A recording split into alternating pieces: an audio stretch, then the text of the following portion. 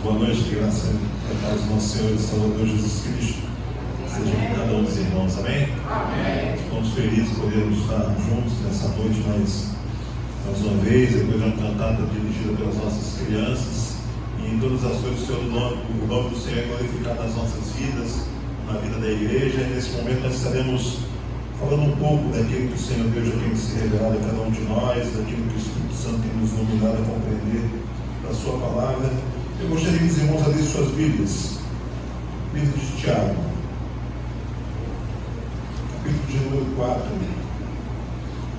versículos de 13 a 17.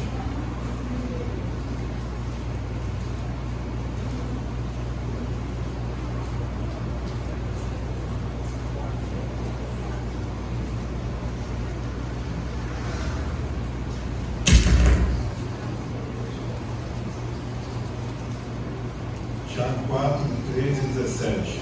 Amém, irmãos? Os irmãos encontraram? Amém. Graças a Deus. Vou fazer a leitura, os irmãos estejam apenas acompanhando. Na minha Bíblia, o tema desse texto é a falibilidade dos projetos humanos. No versículo número 13 diz assim: atendei agora, vós que dizeis, hoje ou amanhã iremos para a cidade tal e lá passaremos o ano e negociaremos e teremos lucros. Vós não sabeis o que sucederá amanhã. O que é a vossa vida? Sois apenas como a neblina que aparece por um instante e logo se dissipa. Em vez disso, devias dizer: se o Senhor quiser, não só viveremos, como também faremos isto ou aquilo. Agora entretanto, vos jactais as vossas arrogantes pretensões.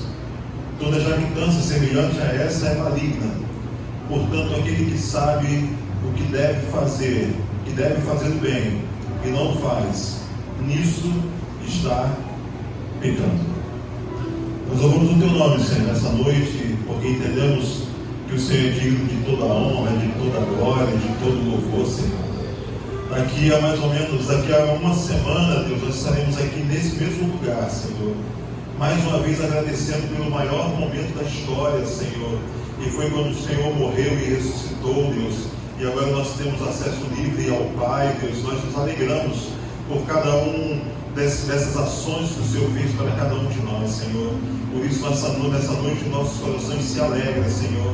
E nesse momento nós pedimos para que seja o Senhor a direcionar a Tua palavra ao Teu povo, Senhor. E que essa palavra possa achar um lugar especial em nossos corações. Essa é a nossa oração que fazemos. Em nome de Cristo Jesus. Amém. Todas as vezes que falo sobre a carta de Tiago, eu sempre paro para pensar um pouco e às vezes eu fico pensando assim, acho que eu tenho direcionado muitas passagens desses textos e de fato é porque é algo que impacta a minha vida. E algum tempo atrás eu descobri que esses textos traziam esse impacto sobre mim, e depois de observar isso, eu comecei a ler e a reler mais um pouco, e as exegeses foram feitas, e hoje a gente consegue falar um pouco acerca desses textos e falar bastante sobre a importância que essa carta tem para a vida da igreja. Quando nós olhamos para o livro de Tiago, para a sua carta, nós vamos observar que lá estão contidos grandes experiências e marcantes ensinamentos que são de grande relevância para as nossas vidas. Quando nós enxergamos os textos que Tiago direciona para a vida daquele povo, lá naquele tempo, quando ele escreve, nós conseguimos entender a grande relevância e os grandes ensinamentos que eles trazem até os nossos dias, até os dias atuais. É interessante que Tiago, ele sempre se propõe a observar os seus textos, não numa perspectiva teórica, mas em algo que sai daquilo que eu conheço para uma vida de fato prática. E eu sempre tento relembrar aos irmãos que esse é o grande problema da vida cristã. O grande problema da vida cristã não é o quanto eu conheço, mas é o quanto eu pratico aquilo que eu já conheço. O grande problema da vida cristã e o grande desafio da vida cristã não é estar sentado nesses bancos todas as quartas-feiras ouvindo o pastor falar, não é estar sentado nesses bancos ouvindo os mensageiros falar. Não é esse o grande desafio da vida cristã. O grande desafio da vida cristã cristã é aquilo que já está posto no meu e no seu coração, ser evidenciado em práticas no nosso dia a dia. Esse é o grande desafio da vida cristã. O grande desafio da vida cristã é eu converter aquilo que eu já tenho e que meu coração já está cheio de obras. O grande desafio da vida cristã é eu transformar benignidade em bondade. Não é apenas querer fazer o bem, não é apenas saber que eu preciso fazer o bem, mas é de fato eu fazer o bem. Quantas vezes eu e você já passamos por momentos assim, onde nós nos comovemos com alguma situação, nós estamos cheios de planos para ajudar alguém, ou para ajudar alguma causa, mas depois de alguns momentos de chegar na nossa casa, de sentarmos na nossa mesa, de fazermos a nossa refeição, esquecemos de tudo que nós deveríamos fazer. É porque às vezes os nossos corações estão cheios de benignidade, mas as nossas práticas não correspondem à bondade que deveria ser evidenciada nas nossas vidas. Porque o grande desafio da vida cristã não é conhecer, mas é praticar aquilo que nós já conhecemos. E quando nós olhamos para a carta de Tiago, nós vamos ver que desde o versículo de número 1, Tiago vai estar ensinando aqueles homens que no próprio versículo de número 1 ele vai dizer, as 12 tribos que se encontram em dispersação. Aqueles homens e mulheres que foram um dia dispersos por causa da perseguição que agora estava sendo causada na localidade onde eles viviam, e eles estavam dispersos, tristes, fora do seu lugar, fora da sua casa, fora da sua terra. E Tiago agora vai direcionar uma palavra para aqueles que já conheciam muitas coisas, mas que deveriam evidenciar numa vida prática tudo aquilo que eles conheciam. É interessante que quando nós discorremos toda a carta, nós vamos ver grandes benefícios e grandes ensinamentos. E nós não podemos chegar ao texto proposto dessa noite sem falar sobre alguns desses ensinamentos. É interessante que no capítulo 1, versículo de número 2, ele vai falar algo que eu falei na primeira vez que o pastor me pediu para pregar aqui na igreja, depois dessa minha última volta. E eu falei exatamente sobre esse texto, quando o Tiago vai dizer assim no capítulo número 1, versículo de número 2, dizendo assim, meus irmãos, tende por motivo de grande alegria o passardes por várias provações. Enxergue um paradoxo. Tiago está dizendo, olha só, vocês devem estar alegres, vocês devem estar felizes, não nos momentos de festas, não nos melhores dias de vossas vidas, não quando todas as coisas dão certo, não quando todas as coisas estão indo bem, não, ele vai dizer assim, vocês devem ter motivo de toda alegria, o motivo de toda alegria, o passardes por várias provações. Será que nós evidenciamos isso na nossa vida? Será que nos momentos de provações e tribulações nós fazemos aquilo que Tiago está nos ensinando? Será que nos momentos de grande angústia, dificuldade e provação, naqueles piores dias das nossas vidas, nós sorrimos? Nós temos a capacidade de termos essa alegria que não vem das circunstâncias, mas vem do Senhor a quem nós servimos? E Tiago vai dizer, eu sei que vocês estão dispersos. Eu sei que vocês não estão nas suas casas. Eu sei que vocês estão fugindo por causa da perseguição. Eu sei que os dias têm sido mal para vocês, mas eu preciso que vocês se alegrem nesses dias difíceis. Mas quando nós começamos a percorrer toda a sua carta, nós vamos ver a partir do versículo de número 5 até o versículo de número 8, quando Tiago está ensinando aquele povo como é que eles deveriam fazer e o que eles deveriam fazer para obter sabedoria. E ele vai dizer, se porém alguém vos necessita de sabedoria, é simples, peça a Deus. Não busque nos homens. Livros não vão te dar essa capacidade. Certificados de cursos não darão para você sabedoria, porque pasme, irmãos, existem pessoas que passaram pelas maiores faculdades, fizeram os maiores cursos, estão anos na igreja, mas não têm sabedoria. Sabe por quê? Porque nunca pediram a Deus, porque estão buscando em coisas e passam a vida inteira secos, sem conseguir se relacionar com as pessoas, sem conseguir ter um momento de sensatez, porque acham que os seus gabaritos, porque acham que os seus diplomas podem trazer a ele sabedoria, mas não pode. Tiago vai ensinar para aqueles homens e mulheres, se porventura alguém necessita de sabedoria, não vá buscar em qualquer lugar, não vá buscar nos homens, não vá buscar nas escolas, mas peça a Deus. Ele continua no capítulo número 1 e passa até o versículo de número 19 a 27, quando ele vai falar exatamente sobre aquilo que eu iniciei, que na verdade o que nós precisamos ser é praticantes da palavra e não somente ouvintes. No capítulo de número 2, ele vai começar, e o tema dessa proposto nesse texto é que não se deve fazer acepção de pessoas, e Tiago vai ensinar aqueles homens e mulheres como eles deveriam se comportar. Como eles deveriam se comportar quando eles estivessem no ambiente da congregação, quando eles estivessem no ambiente do corpo de Cristo, e que as pessoas aqui não deveriam fazer acepção umas das outras, porque as roupas que as pessoas vestem não devem fazer divisão entre um e outro. Porque a forma como a pessoa entra aqui também não deve fazer a diferença entre um e outro, porque todos nós somos iguais. E iguais não é na melhor perspectiva, é na pior perspectiva.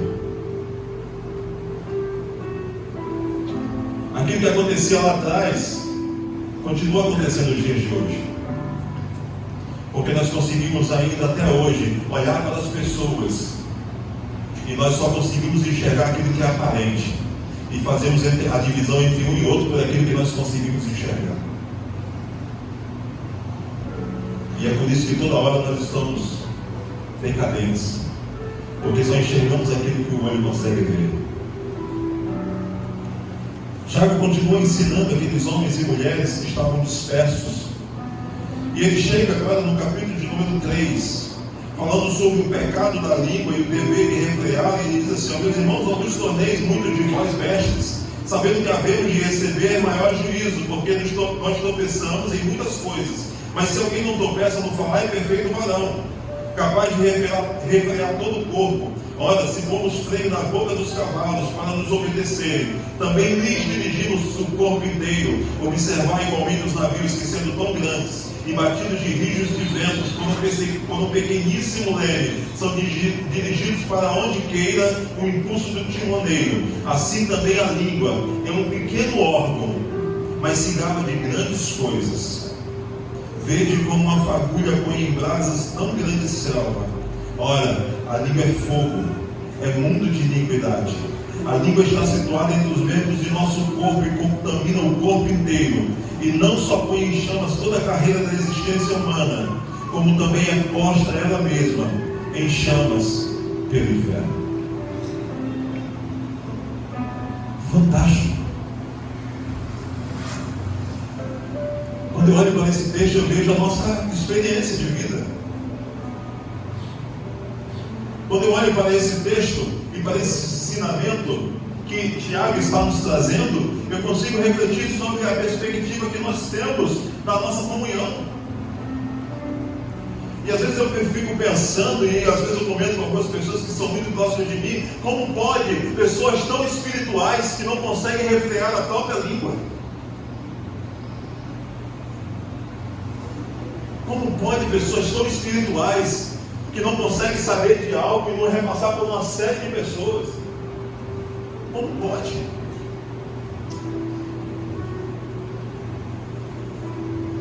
Já está dizendo, ela é pequena, mas consegue colocar em chama todas as coisas. E Ele nos pede para refreá-la, para fazer como os cavalos que colocam aquele freio nas suas bocas.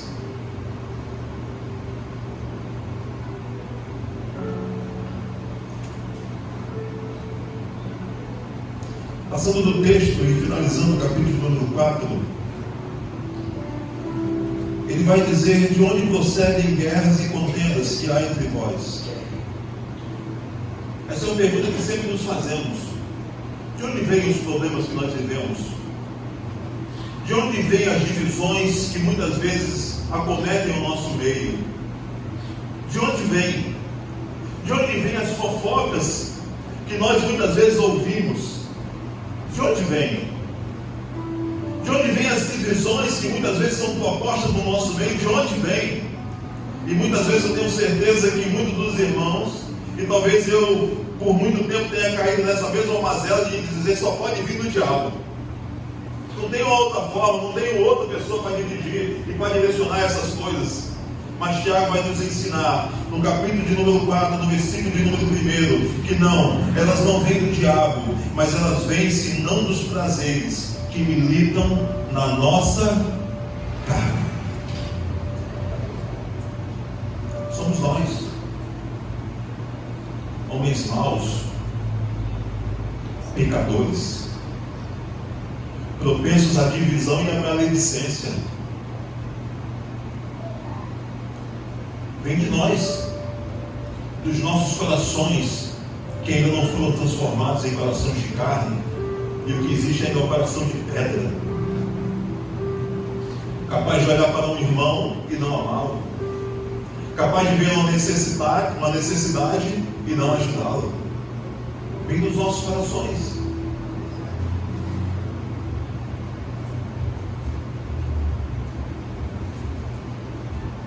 E um texto que eu gosto, finalizando o livro, nós vimos no texto proposto, no capítulo número 5, nos versículos de número 19 e 20, Tiago vai nos ensinar algo formidável, que deve também servir como uma das nossas experiências naquilo que nós temos a palavra de Deus, porque muitas vezes nós não nos comportamos dessa forma, mas Tiago vai nos ensinar exatamente como nós devemos nos comportar. E ele diz no versículo de número 19 e 20 do capítulo número 5, encerrando a sua carta, ele diz assim: meus irmãos, se alguém ou se algum entre vós se desviar da verdade e alguém o converter, sabei que aquele que converte o pecador do seu caminho errado salvará da morte a alma dele e cobrirá multidão de pecados. As pessoas não são dispensáveis, e cabe a mim e a você pensarmos assim como Tiago está aqui nos escrevendo.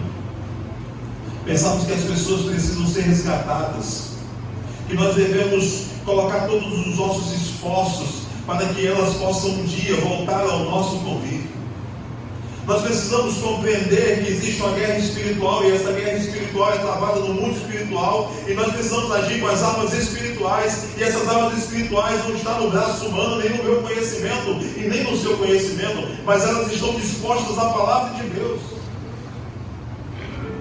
para que nós possamos ser alguém perfeito, assim como o próprio Tiago no capítulo número 1 vai nos dizer, que após ser confirmada a aprovação, ela nos capacita a enfrentar qualquer situação, porque nós agora estamos sendo aperfeiçoados a cada dia, por intermédio da palavra, por intermédio das provações, por intermédio de entender que o Senhor está nos provando para nos aprovar, e para gerar em cada um de nós experiência, para que essa experiência possa contribuir para o Evangelho do Senhor e Salvador Jesus Cristo. E como eu falei no início, a perspectiva de toda a carta de Tiago é nos fazer entender coisas simples da nossa vida, que muitas vezes nós fechamos os nossos olhos para poder compreender. Coisas simples, irmãos, coisas muito simples, como quando ele vai nos falar que a fé sem obras é morta. Será que isso precisaria ser ensinado? Será que deveria ser ensinado que o homem que é salvo, ele precisa praticar boas obras? Claro que não. Mas Tiago vai nos ensinar, porque muitas vezes nós colocamos uma venda nos nossos olhos para poder não compreender aquilo que o Senhor Deus já tem nos falado. Nós hoje estávamos na classe da parte da manhã, pastor, falando sobre as parteiras hebreias, e nós estávamos falando assim: será que Deus falou para elas que elas não deveriam matar as crianças? Não, Deus não precisava falar para elas, porque elas conheciam a Deus e já sabiam. Mas às vezes nós conhecemos a Deus, sabemos, mas vendamos os nossos olhos para dizer que não sabíamos. Quando nós chegamos no capítulo de número 4, nos versículos de 13 a 17, mais uma vez Tiago vai tratar com aqueles irmãos sobre algo que é corriqueiro nas nossas vidas. E o tema que é proposto aqui nesse texto é sobre a falibilidade dos projetos humanos. E Tiago começa a falar no versículo número 13, a nos escrever assim, atendei agora, vós que dizeis, hoje ou amanhã iremos para a cidade tal, e passaremos um ano, e negociaremos, e teremos lucros. Tiago está trazendo para aqueles homens, e a exegese aqui é muito simples, porque muitas vezes quando eu quero saber para que estava sendo falado, é simples. É só eu ver o remédio que estava sendo aplicado. Se eu sei o remédio, eu sei o diagnóstico. Os irmãos compreendem isso? Se eu sei que alguém estava tomando dipirona, é porque ele estava com febre e dor. Se estava tomando Buscopan, eu sei que estava com dor nessa região aqui, não é isso? É simples. Ok? Cólica abdominal. Exatamente isso. E Tiago está nos levando a poder compreender isso. Quando Tiago está nos direcionando, dizendo, atendei pois agora, vós que dizeis, hoje ou amanhã iremos para a cidade tal, e lá passaremos um ano e negociaremos, e teremos lucros. Tiago está nos direcionando a poder compreender que a vida do ser humano é exatamente isso. Nós estamos a todo tempo da nossa existência fazendo planos. Todo o tempo da nossa existência nós estamos fazendo um plano. Todo o tempo da nossa existência nós estamos plantando algo que nós queremos colher. Todo o tempo da nossa existência nós estamos pensando em algo e desenvolvendo algo para que no futuro nós possamos colher aquilo que nós estamos desenvolvendo. O ser humano é exatamente isso. E não era diferente daqueles homens que estavam dispersos em toda aquela região. Mas Tiago está agora nesse momento direcionando essa carta e esse ensinamento, porque ele queria tratar sobre esses projetos. Essa semana há 2 semanas atrás eu fui no funeral de um amigo meu. O nome dele era Sérgio, era um jovem, 27, 28 anos. Nós fizemos a barba de manhã, tomamos café, brincamos no corredor. Ele pegou a viatura e foi para Marambaia fazer um exercício com explosivos. E quando nós estávamos lá por volta das 10h30 da manhã, um amigo meu chegou e falou no meu ouvido assim, falou assim, Sérgio, acabou de sofrer um acidente, está em estado crítico. Quando ele falou estar em estado crítico, eu já entendi. Ele trabalha com explosivos, fazia teste com explosivos e estava em estado crítico. E Sérgio é um garoto cheio de vida, cheio de planos. Anteontem nós fizemos uma homenagem para ele, e lá na homenagem que eu fiz, fui eu que redigi o texto, eu falei que todas as vezes que nós conversávamos, o tema da conversa era sempre a mesma: minha mulher e meu filho. Ele passava a vida inteira planejando coisas para poder dar uma vida melhor para a sua mulher e para o seu filho. Mas no dia 14 de março a sua vida foi ceifada de uma forma repentina e precoce. É difícil, eu não sou da família, eu conheci há pouco tempo, mas quando eu recebi aquela mensagem no meu ouvido, ele sofreu um acidente, está em estado crítico. A primeira coisa que nós pensamos é, nós estávamos agora, há pouco tempo nós estávamos juntos. O Sérgio estava cheio de vida, cheio de planos, pensando no melhor para a sua esposa e para o seu filho. No versículo número 13, Tiago está dizendo isso: atendei pois agora, vós que dizeis, hoje ou amanhã nós iremos para a cidade tal, e lá passaremos um ano e negociaremos e teremos lucros. Tiago está dizendo que aqueles homens planejavam, e o planejamento deles fazia com que eles pensassem que de fato tudo aquilo que estava sendo planejado iria gerar todas as benesses para as suas vidas. Mas será que é assim a vida do homem? Será que a vida do Sérgio pode nos ensinar alguma coisa? Será que de fato tudo aquilo que nós planejamos nós iremos alcançar? Será que tudo aquilo que nós plantamos um dia nós vamos colher? Será que aquela árvore, tem uns irmãos aqui que faz isso, né? Eles plantam uma árvore na calçada e nós chegamos lá e nós estamos plantando aqui, ó. Daqui a 10 anos vai dar a primeira manga. Será que eu vou chupar essa manga? Daqui a 10 anos. Mas os nossos planos não são assim? Não são assim, Gabriel? São exatamente assim. E no versículo de número 14 ele diz assim, ó, olha a resposta, olha o remédio. Ele diz assim, ó, vós não sabeis o que se sucederá amanhã. Eu não sei, irmãos. Os irmãos também não sabem. O irmão mais certo aqui de todas as coisas na vida também não pode afirmar que hoje os irmãos chegarão em casa e jantarão com suas famílias e dormirão e acordarão amanhã. Ninguém pode te dar essa certeza. E Tiago está dizendo, vocês não sabem o que sucederá amanhã. E ele começa a indagar aqueles homens, dizendo assim, o que é a vossa vida? O que é a nossa vida? O que é a minha e a sua vida?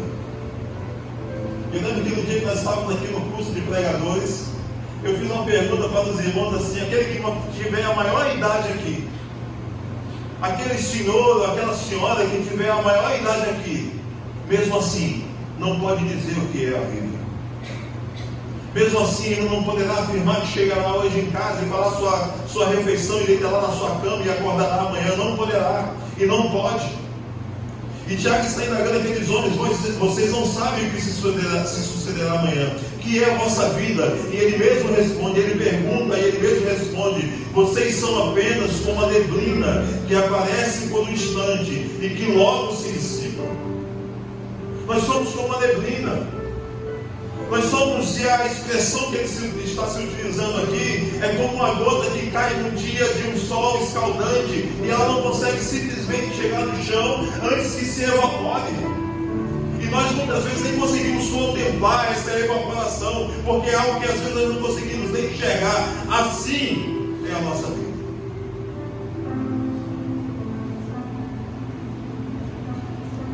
Às vezes crianças morrem e nós ficamos desesperados. É porque a vida é assim. É como uma neblina que se dissipa diante de nós não conseguimos nem perceber. Francino lá atrás está 80 anos já, Francino? 82. Que é a vida do irmão Francino? É como uma neblina que aparece por um instante e logo se dissipa. Eu não posso deixar de fazer a pergunta: e o que nós estamos fazendo para a nossa vida? As suas forças estão sendo colocadas em quem? As minhas forças estão sendo colocadas em quem? Nós estávamos no evangelismo na quinta-feira, na sexta-feira passada, e lá foi um mover do Espírito Santo naquele dia, naquela sexta-feira. Foi um culto abençoado, irmãos. Não percam. Façam parte desses momentos da igreja. Quanto tempo faz que eu não vejo uma alma se arrependendo e confessando a Jesus publicamente? Lá nós vimos na sexta-feira. Nos alegramos com isso. E eu lembro que a irmã Fátima falou assim: é porque o alicerce dessa casa sou eu. E o pastor repreendeu: não, a partir de hoje o alicerce dessa casa é Jesus. Porque se você colocar a força do seu próprio braço, você não vai conseguir sustentar. Sabe por que filhos se perdem? Porque é a força do próprio braço. Sabe por que às vezes os casamentos estão problemáticos? Porque é a força do próprio braço. Sabe por que às vezes nós não conseguimos superar as situações difíceis que nós vivemos? Porque é a força do próprio braço. O homem não consegue suportar. Mas o que nós temos feito na nossa vida? Assim como foi com Sérgio, e quando eu estava escrevendo eu coloquei: foi retirado de nós de forma repentina e precoce. 27 anos. Mas se alguém for retirado com 90 anos, também será retirado de forma repentina e precoce. Porque a sua vida é apenas como uma neblina que aparece por um instante e logo se dissipa. O Senhor está nos chamando nessa noite. E Tiago está fazendo esse convite para cada um de nós, para que possamos estabelecer em Deus toda a nossa perspectiva de vida. Tiago está nos ensinando que é em Deus que nós podemos alcançar todas as coisas que Ele tem preparado para cada um de nós. Mas não é no homem, é em Deus. No versículo de número 15, depois ele poder dizer que a nossa vida é como uma neblina que aparece por um instante e logo se dissipa, ele vai dizer assim, em vez disso, nós deveríamos dizer, em vez de planejar, Senhor fazer parte desse planejamento, em vez de pensar naquilo que é futuro, ser primeiramente colocar o futuro nas mãos do Senhor. Ao invés de planejarmos e queremos colher frutos, sem primeiramente falar com o Senhor, Ele vai dizer assim, em vez disso, deverias dizer, se o Senhor quiser. Se o Senhor quiser, glória. Se o Senhor quiser.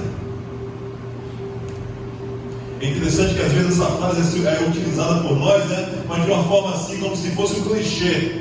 Não é isso? Às vezes as pessoas falam uma coisa e falam assim, se Deus quiser. Mas será que isso de fato reflete a fé que há no nosso coração, de que aquilo que nós estamos falando, já colocamos diante das mãos do Senhor? Ou será que é apenas um clichê? Será que é apenas uma fala que já sai de forma automática?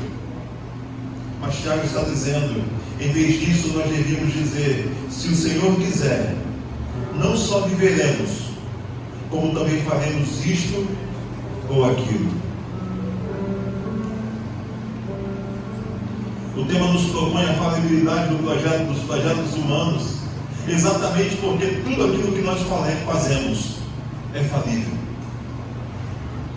Porque na verdade só existe infalibilidade se aqueles planos que estão nos nossos corações forem depositados aos pés do Senhor. Quando nós colocamos tudo aquilo que é planejamento nosso diante do Senhor, Ele pode realizar, se Ele quiser. Isso é soberania. Isso é soberania de Deus. Enxergarmos que Deus é soberano sobre todas as coisas. E nós agora estamos diante dele dizendo, Senhor, eu reconheço a tua soberania. Estou debaixo dessa soberania, para que o Senhor possa agir na minha vida como o Senhor quer, porque eu sou um servo teu e em mim não há vontade própria, mas eu estou aqui para cumprir a tua vontade. Capítulo de número 1, versículo de número 1 de Tiago, ele começa apresentando a sua carta dizendo assim, Tiago, servo do Senhor e Salvador Jesus Cristo. Por que ele não falou que era irmão? Por que ele não falou que ele era um dos grandes apóstolos? Por que ele não fala que ele é bispo de Jerusalém? É porque diante de Deus, irmãos, não há bispo de Jerusalém. É porque diante de Deus não há apóstolos. É porque diante de Deus não há homens grandes e muito grandes. Diante de Deus, todos nós somos servos. Eu e você somos servos e estamos debaixo da sua soberania. É por isso que Tiago está dizendo, se Deus quiser, não só viveremos, mas também faremos isto ou aquilo. E ele vai para o versículo 16 dizendo assim, agora entretanto, vos jactais as vossas arrogantes pretensões. O remédio que estava sendo dado era porque o diagnóstico era esse. O remédio que estava sendo dado dizendo assim, mas vocês deveriam dizer, se Deus quiser. É porque o diagnóstico daqueles que estavam ouvindo é que eles estavam arrogantes, eles estavam pretensiosos, eles estavam ensoberbecidos, eles eram homens arrogantes que queriam viver a sua vida vivendo da forma que eles queriam viver. E sabia que muitas vezes nós somos assim?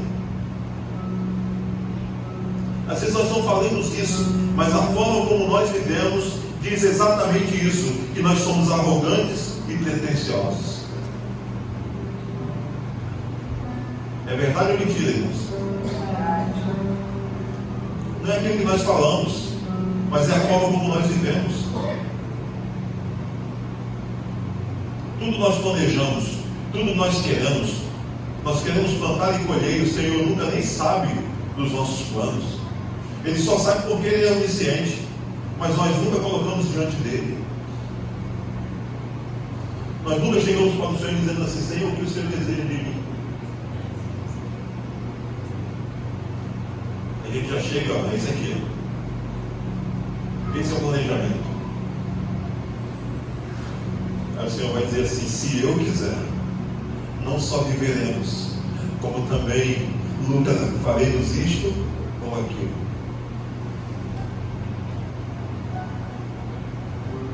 E ele termina o versículo do número 16 dizendo assim: ó, toda jactância, todo enchimento, todo ensoberbecimento, toda arrogância. Porque às vezes nós achamos que a arrogância não é pecado, sabíamos? É verdade ou mentira? Às vezes achamos que não é verdade, mas sabe o que Tiago vai me ensinar e vai ensinar você? Toda jactância semelhante a essa é maligna. Não é só pecado, não. É de cunho maligno. Todas as vezes que o seu coração estiver ensoberbecido, isso é uma ação maligna. Todas as vezes que o seu direcionamento de planejamentos for algo arrogante, isso não é apenas pecado, mas é algo de cunho maligno. Todas as vezes que a pretensão chegar no seu coração, e você agora tomar o lugar de Deus, porque os pretensiosos, os arrogantes e os soberbos, eles querem tomar o lugar de quem? De Deus.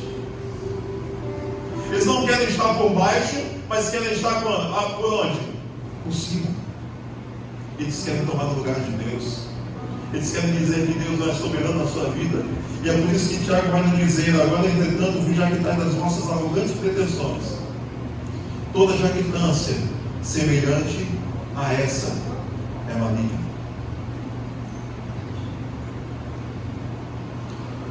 E ele finaliza no versículo 17 dizendo assim: portanto, aquele que sabe o que deve fazer bem e não faz, comete ou está pecando. Tiago sabia que aqueles homens conheciam a palavra. Tiago sabia. É por isso que o último versículo ele vai me direcionar: eu sei que vocês sabem. Eu sei que vocês sabem o bem que vocês devem fazer, mas muitos dos que estão ouvindo são omissos. E ele vai dizer: olha só, todas as vezes que vocês omitem, vocês estão pecando. Todas as vezes que vocês sabem o que vocês devem fazer e não fazem, vocês estão pecando. Todas as vezes que vocês sabem o que eu desejo para a vida de vocês e vocês não se colocam à disposição, vocês estão pecando. Todas as vezes que vocês fogem dos planos de Deus, vocês estão pecando. Todas as vezes que eu coloco algo diante de vocês para vocês enxergarem e vocês encobrem os vossos olhos, vocês estão pecando. O Senhor está nos chamando nessa noite para que nós possamos compreender essa palavra, para que nós possamos entender que é em Deus que todas as coisas podem ser realizadas.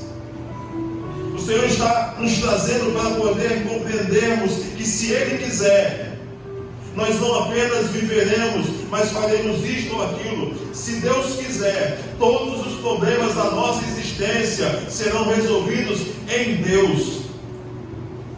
Se o Senhor quiser, Ele pode nesse momento estabelecer a cura para a vida da nossa irmã Saida, se Ele quiser.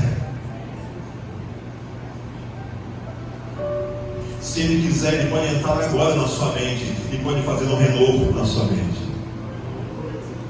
Se o Senhor quiser, tudo aquilo que você planejou até hoje, se você colocar diante dEle, se Ele quiser, todas as coisas serão realizadas, se for da sua vontade.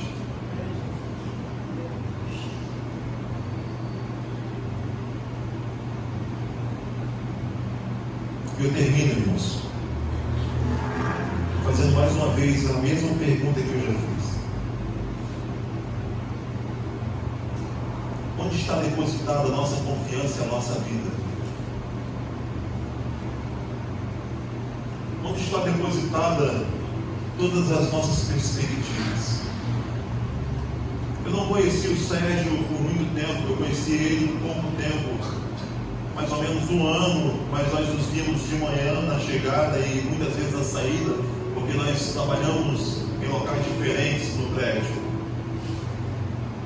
Todas as vezes que eu ouvia, como eu já relatei, ele sempre falava da sua vida, da sua família, da sua esposa e filhos. Mas eu não sei onde é que estava depositada a perspectiva da sua vida, eu não sei. Ele hoje não pode me ouvir, mas os irmãos que estão hoje aqui podem ouvir essa palavra mais uma vez. E podem responder essa pergunta, não para mim, mas para o próprio Deus. Podem hoje tomar a mesma decisão, a decisão que Tiago está nos direcionando a tomar, de estabelecer todos os nossos planos naquele que é infalível, porque os nossos planos são falíveis, mas o Senhor a que nós servimos é infalível. O Senhor a quem nós servimos é o Deus Todo-Poderoso, é o Deus da provisão, é o Deus que traz a cura, é o Deus que é a nossa bandeira, é o Deus que pode todas as coisas em todos.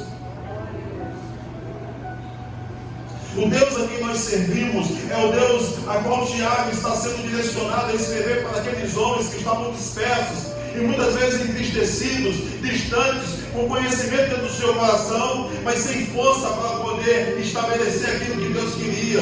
Mas Tiago está escrevendo para eles e dizendo: olha só, vocês precisam crer em Deus, vocês precisam colocar os projetos nas mãos do Senhor, vocês precisam viver uma vida diante do Senhor, vocês precisam entender que Ele é soberano sobre todas as coisas.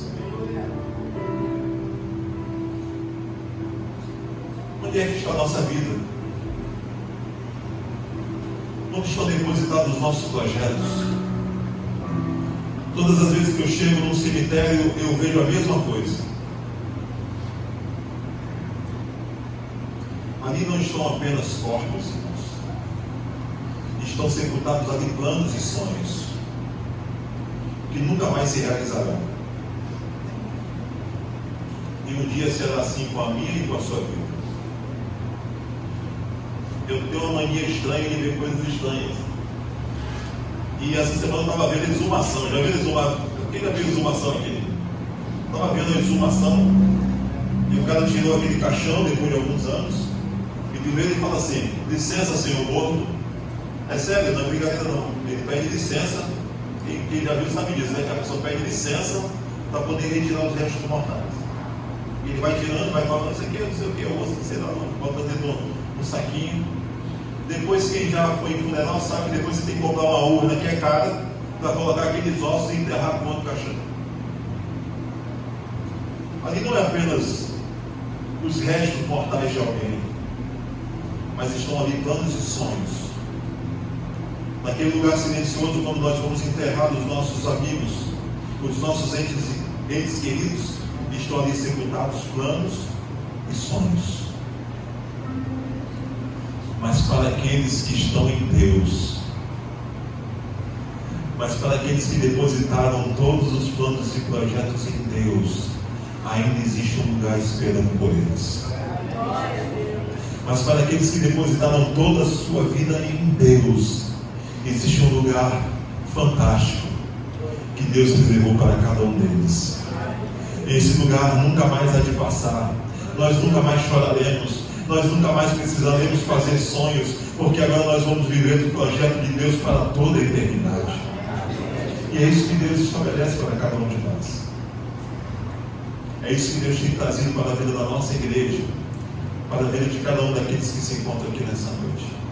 E que Deus possa abençoar os irmãos em nome de Cristo Jesus, e que a sua palavra possa ser algo que possa estar estabelecido no seu coração, e que você possa ruminá-la, e que você possa mastigar, engole, mastiga, engole, até que você possa transformá-la, não apenas em algo que foi conhecido, mas em algo que possa ser praticado na tua e na minha vida.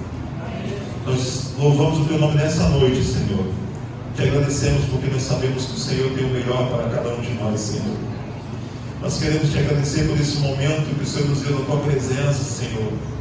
Aqui nós podemos ver as nossas crianças louvando e glorificando o teu nome. Nós sabemos que cada um daqueles que louvaram aqui foi estabelecido para o Senhor o perfeito louvor.